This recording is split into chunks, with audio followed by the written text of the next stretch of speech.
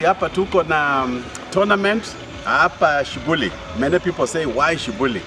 Mimi when I was in primary school, hapa ilikuwa inafanywa every 26th of December. Na hii kitu inashika the whole of Lurambi and inashika even other sub-counties. It's huge.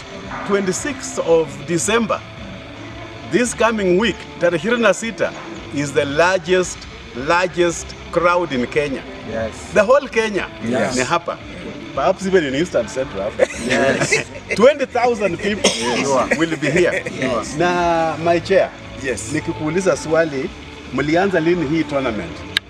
Tournament tumeanza tarehe 27 Novemba na tulianza na timu 26 za wanaume, yani men football, na pia tuko na timu 10 za wasichana lake ball ama women football. So mpira zinaendelea vizuri. Tumeona talanta za vijana ziko juu sana kuliko miaka yote. Kufikia sasa tuko kwa ile tunaita round of 16 tunamalizia leo. Kesho tutakuwa tunaanza quarters. All right. And Mwalimu Reni ambaye ameshikilia michezo hii miaka, and for those of you who don't know, this is Rene Sau Olchinji. This is my teacher who taught me English in class 5. Nishakufula hata. Angali Chensi. Angali Chensi. Mwalimu, are you proud of me? I'm so much. Ningekuwa kaidi, naiba vitu ya watu, na katakata watu kwa njia. I would not even be ready to associate with me. So Mwalimu, let me ask you, KFF inajua mambo yenu ya tournament hii yetu? Before we start the tournament, we have to affiliate the tournament. Very good. So FKF inajua.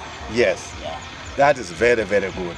And you can tell us, kuna wale wanafikiria kwamba this is something ya Shibuli tu. Wengine wanasema kwa nini kitu tu ya watu wa Shibuli? Hizi teams ni za Shibuli peke yake? Hapana. Yeah. Kuna timu kutoka sub-counties zote. Yes.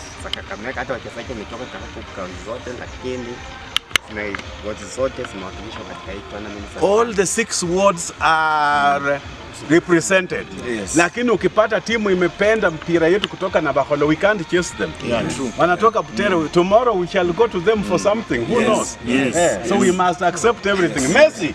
Niko na Messi. Wale ambao wajui. Huyu ni Messi. He's a very dangerous man. Anachezanga na miguu yote mbili. Messi. Yes. Last year. Ile tournament tulitengeneza last year. Niliwasaidia tukatengeneza, though I was out of the country. Na hii najua mlikuwa na wasiwasi cause nilikuwa mgonjwa sana. But